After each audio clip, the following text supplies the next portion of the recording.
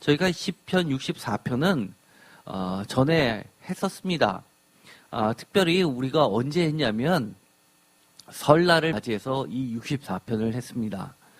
그때는 이 설날을 맞이해서 조금 원래 이 64편의 분위기와는 조금 다르게 조금 밝게 제가 설교를 했습니다. 특별히 이 10절과 관련해가지고 이 10절은 의인은 여호와로 말미암아 즐거워하며 그에게 피하리니 마음이 정직한 자는 다 자랑하리로라 라고 되어 있는 이 말씀이 사실 원문에는 순서가 어순이 동사가 먼저 나오게 된다고 말씀을 드렸습니다. 그래서 원래는 그 전달하는 의도가 즐거워하라, 피하라, 그에게 피하라, 그리고 다 자랑하리로다 라고 되어 있는 게 이 10절 동사가 먼저 3개가 나오고 그렇게 함으로써 우리가 지금 읽는 순서대로 해서 이렇게 많은 음모에서 건져주시니 즐거워할 수밖에 없다라고 이해하는 것이 아니라 이 64편은 먼저 우리로부터 하나님이 원하시는 것은 하나님을 즐거워하라는 겁니다. 그리고 하나님께 어떠한 경우가 있든지 피하라는 겁니다. 그리고 다 자랑하라는 겁니다. 그러면 하나님께서 우리를 대신해서 궁사가 되셔서 활쟁이가 되어주셔서 우리를 대신해서 싸워주시겠다라고 하는 것이라고 제가 말씀을 드렸습니다. 이것은 굉장히 중요합니다. 그래서 저희가 설날을 맞이해서 한 해가 시작되면서 우리의 관점을 바꾸자고 말씀을 드렸습니다. 그런데 오늘 64편을 한 번 더 하면서 그때 다 말씀드리지 못한 중요한 것이 있습니다. 이 64편은 63편과 이어지면서 63편을 제가 이렇게 말씀을 드린 적이 있습니다. 63편이 다윗이 유다 광야에 있을 때라고 되어 있지만 이거는 순교자의 시편이라고 말씀을 드렸습니다. 그리고 이 64편은 그 뒤에 이어지는 시로서 이것도 순교자의 시편을 연속된 것으로 읽을 수 있습니다. 왜냐하면 이 내용을 보면 1절이 근심으로부터 출발합니다. 그런데 그 근심과 두려움이 우리가 생각하는 수준을 뛰어넘습니다. 나의 생명을 보존하소서라는 첫 번째 간구를 통해서 이 사람은 매우 생명이 왔다 갔다 하는 총각이 놓여 있는 매우 위급한 상황이라는 것을 알 수 있습니다. 그런데도 그 원인이 상상 외입니다.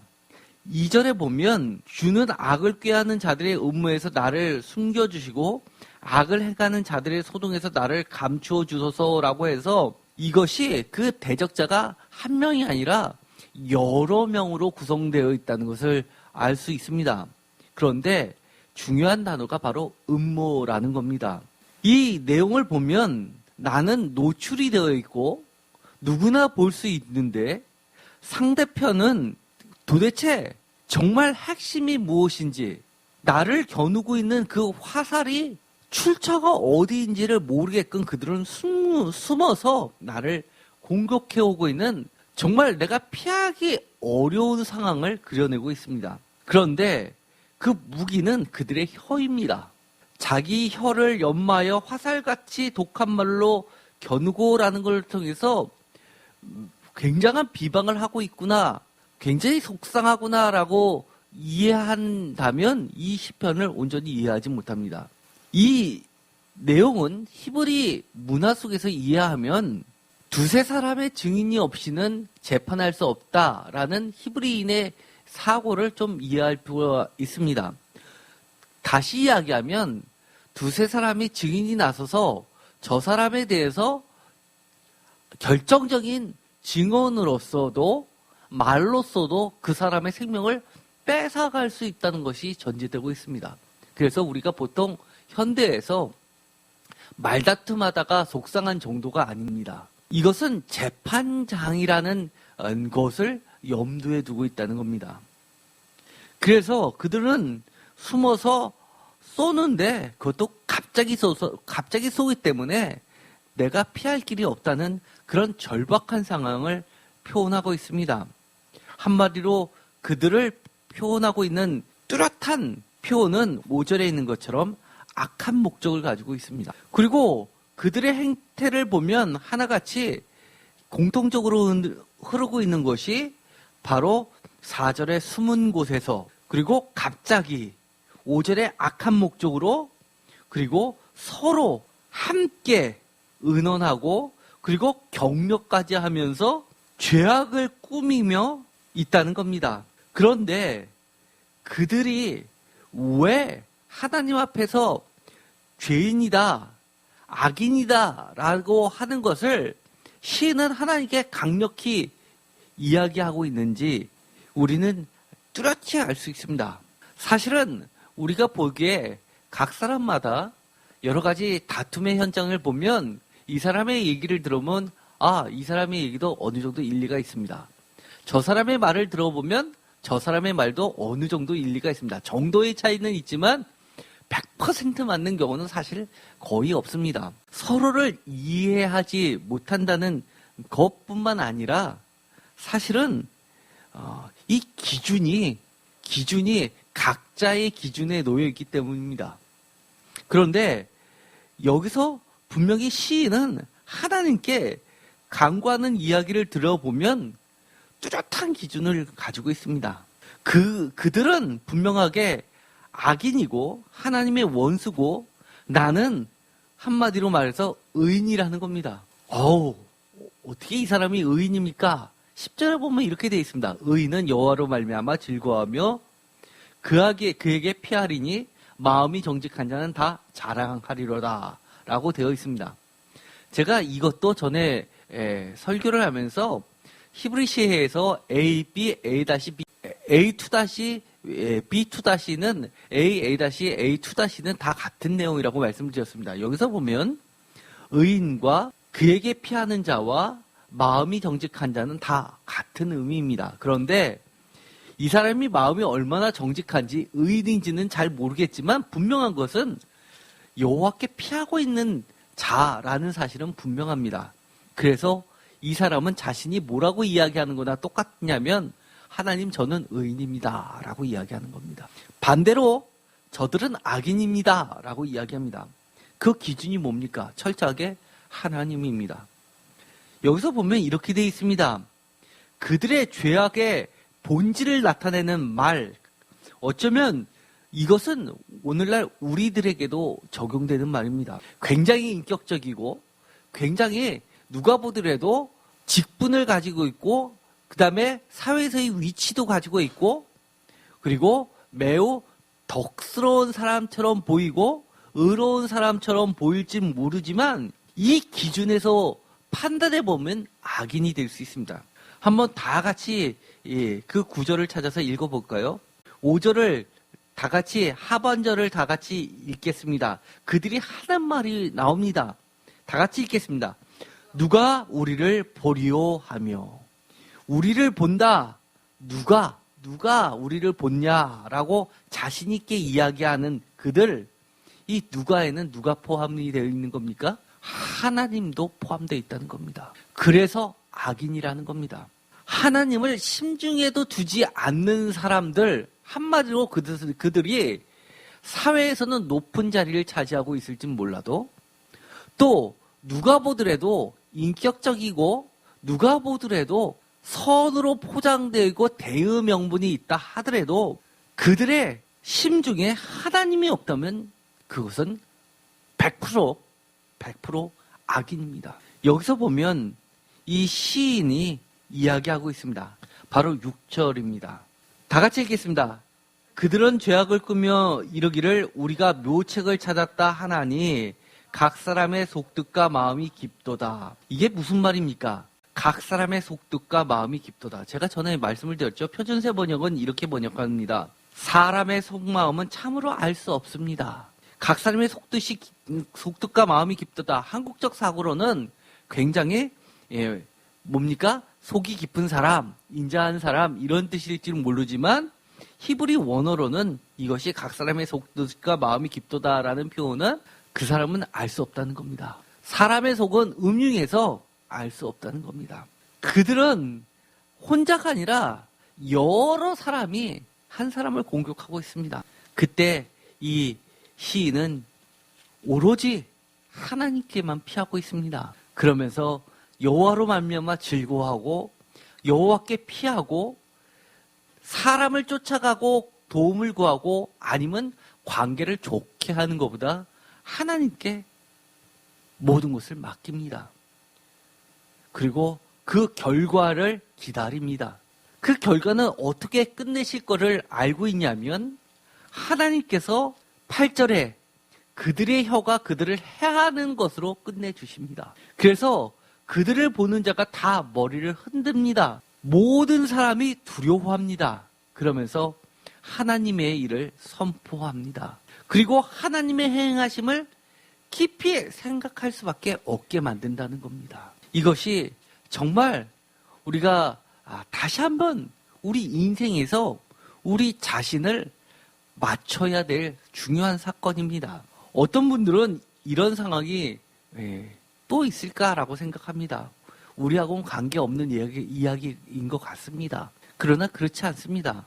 예수님의 사건을 보더라도 비슷합니다. 오늘 읽었던 본문 요한복음입니다. 요한복음 11장에 보면 11장에 가장 중요한 사건이 있습니다. 요한복음 11장 하면 대표적인 죽은 나사로를 살리신 사건이 나오게 됩니다. 죽은 나사로를 살리시고 나서 많은 사람들이 그를 믿었다라고 이야기합니다. 11장 45절입니다. 마리아에게 와서 예수께서 하신 일을 본 많은 유대인들이 그를 믿었으나 라고 되어 있습니다. 46절에 그 중에 어떤 자는 바리새인들에게 가서 예수께서 하신 일을 말합니다. 47절 이에 대제사장과 바리새인들이 공회를 모으고 이르되 이 사람이 많은 표적을 행하니 우리가 어떻게 하겠느냐라고 회의를 하기 시작합니다. 그의 대제사장인 가야바가 그들에게 이렇게 이야기합니다. 50절 한 사람이 백성을 위하여 죽어서 온 민족이 망하지 않게 되는 것이 너희에게 유익한 줄을 생각하지 아니하냐 라고 하면서 질책하면서 예수를 죽이라고 합니다. 52절에 보면 이렇게 되어 있습니다.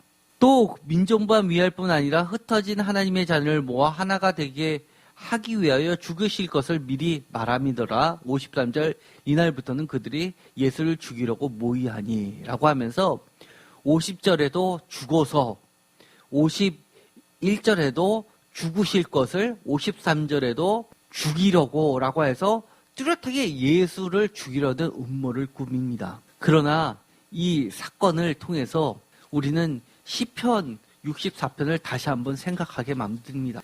시편 64편은 63편과 이어져서 본다면 63편이 순교자의 시편이라고 했듯이 64편도 마찬가지로 예언자의 모습을 가지고 있는 자가 여러 사람의 음모에 휩쓸려서 생명이 죽어가게 될 때 하나님께 기도를 드리고 있습니다. 도대체 화살이 어디서 날라오는지도 모릅니다. 마치 바리새인들과 공회 사람들과 대제사장이 모여서 모의하고 음모를 꾸밀 때 6절에 보면 64편 6절에 보면 그들이 제약을 꾸미며 이르기를 우리가 묘책을 찾았다 하나니라고 하는 것을 보아서 그들도 묘책을 찾았다라고 하는 것과 똑같습니다. 왜냐하면 가야바가 했던 얘기 한 사람이 죽어서라고 하면서 이대로 두다간 로마인들이 우리 민족을 다 뺏어갈 것이다. 그러니 우리가 살기 위해서는 그 사람 한 사람을 죽이자. 묘책이 이거다라고 이야기를 합니다. 악한 목적을 가지고 이야기합니다. 그러나 주님은 이렇게 대응하십니다. 다른 데로 가는 것이 아니라 바로 하나님께만 피하는 예수님의 모습을 우리에게 실제로 보여주십니다. 결국 십자가를 지십니다. 그럼에도 불구하고 그들은 이겼다고 생각할지 모르지만 하나님은 최종적으로 그를 부활시켜 주셔서 모든 보는 자들이 하나님을 두려워하게 만드셨고 하나님의 일을 선포하게 하셨고 하나님의 행하심을 오늘도 깊이 생각하게 만듭니다. 그래서 우리는 여호와로 말미암아 즐거워하게 되고 그리고 우리가 어떤 경우에라도 하나님께 피하고 예수 그리스도께 피하는 것을 우리가 배우게 되었습니다. 우리는 예수 그리스도로 자랑할 수 있습니다. 이 64편에 제가 오늘 핵심으로 지정한 건 바로 음모입니다. 64편 2절에 보면 주는 악을 꾀하는 자들의 음모에서 나를 숨겨주시고 악을 행하는 자들의 소동에서 나를 감추어 주소서라고 이야기하는데, 이 음모는 원어로 이야기하면 소드입니다. 그런데 이 단어가 매우 독특한 단어입니다. 왜냐하면 어떻게 번역하느냐에 따라서 그 느낌이 한국말로 번역을 했을 때는 완전히 다른 의미들이 돼버립니다. 예를 들어서 제가 주보에도 실었습니다.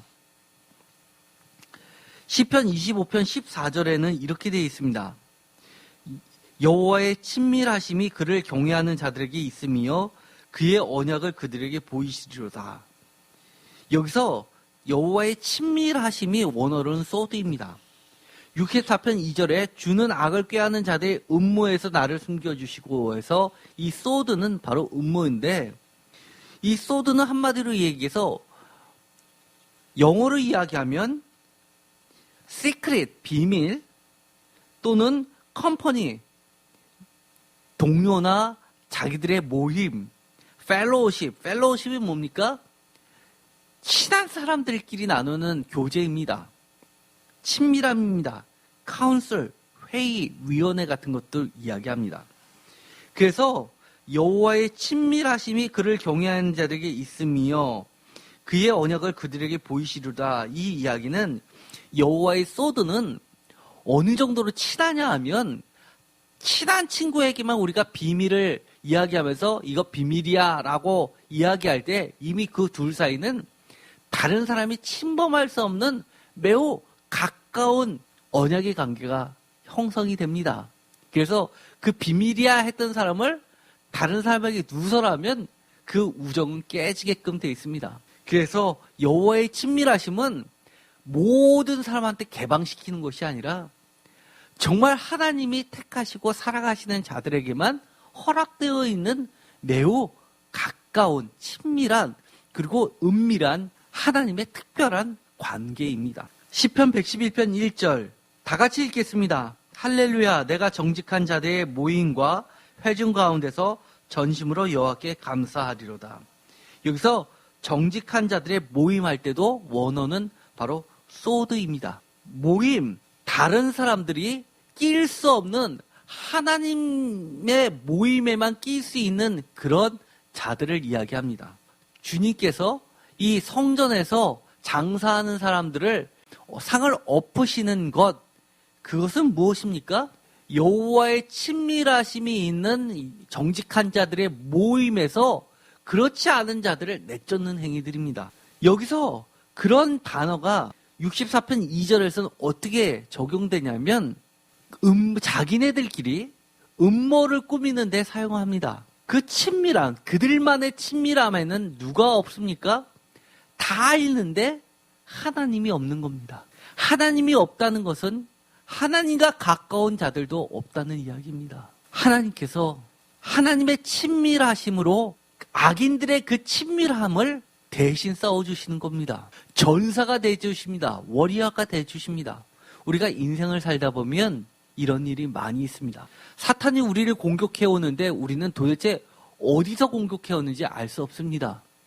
그들이 음모를 꾸미고서 우리를 넘어뜨리려고 하는데 우리가 그것을 방어를 하려도 영적으로 깨어있지 않으면, 하나님께서 숨겨주시거나 보호해주시지 않으면 우리는 당할 수밖에 없습니다. 우리에게 필요한 것이 무엇입니까? 우리에게 필요한 것은 여호와의 친밀하심입니다. 여호와의 모임입니다. 정직한 자들의 모임입니다. 함께 맞서서 싸울 기도의 동지들입니다.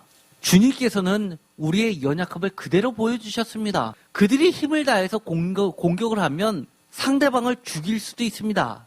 말로써 독한 화살을 뿜어내면서 생명까지 앗아갈 수 있습니다.